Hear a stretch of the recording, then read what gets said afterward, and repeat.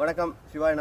நம்ம எங்கே இருக்குன்னு பார்த்தீங்கன்னா நம்முடைய நண்பர் கௌரிசங்கர் ஐயாவுடைய அமேசிங் நேச்சர் ஃபார்ம் யாழ்ப்பாணத்தில் நம்ம வந்திருக்கோம் பார்வையிட. ரொம்ப சந்தோஷமாக இருக்குது.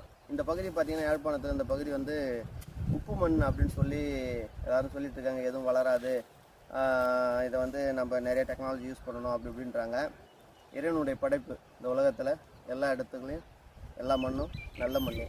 எங்களை பொறுத்த அளவுக்கு நம்ம இயற்கை விவசாயம் பண்ணுறதுனால இந்த மண்ணை பற்றி நாங்கள் எதுவும் கவலைப்படுறதில்லை. நான் நண்பர்கிட்டையும் சொல்லியிருக்கேன், அடிக்கடி நீங்கள் மண்ணை பற்றி கவலைப்படாதீங்க, தண்ணியை பற்றியும் கவலைப்படாதீங்க. இந்த பூமியில் எந்தெந்த மரங்கள் வளருதோ அந்த மரங்களை நம்ம தேர்ந்தெடுத்து இந்த மண்ணை நம்ம இயற்கை விவசாய முறையில் மாற்றி நம்ம விவசாயம் பண்ணலாம் சொல்லியிருக்கோம்.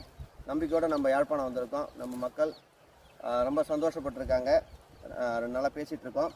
இப்போ இந்த மண்ணை வந்து நாம் நோண்டிகிட்ருக்கோம். இந்த நோண்டி சுமார் ஒரு 3/4 அடியிலேருந்து 1 அடி வரைக்கும் ஆழம் எடுத்திருக்கோம்.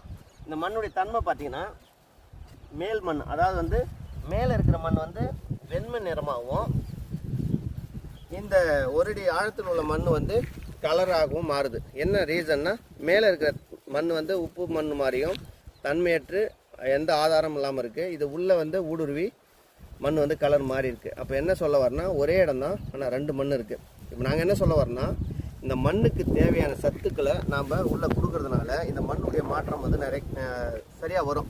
இந்த மண்ணை நம்ம எப்படி மாற்ற போகிறோம் அப்படின்னா, நாம் மாற்ற போகிறது கிடையாது.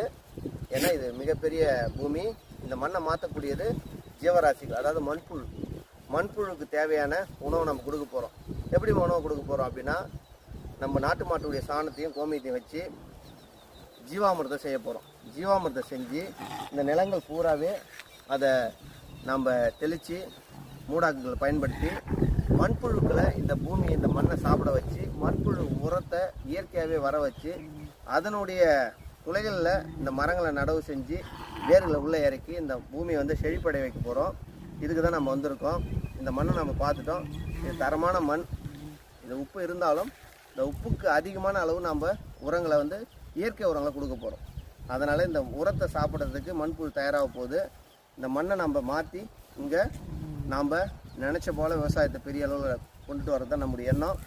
மண் நம்முடைய தாய் பூமி, நம்ம இதை ஒதுக்கக்கூடாது, இதை மதிக்காமல் இருக்கவும் கூடாது. அதனால் நம்ம தாயை எப்பயுமே மதிக்கிற போல் நம்முடைய பூமியும் நம்முடைய மண்ணையும் நம்ம நேசிக்கணும்.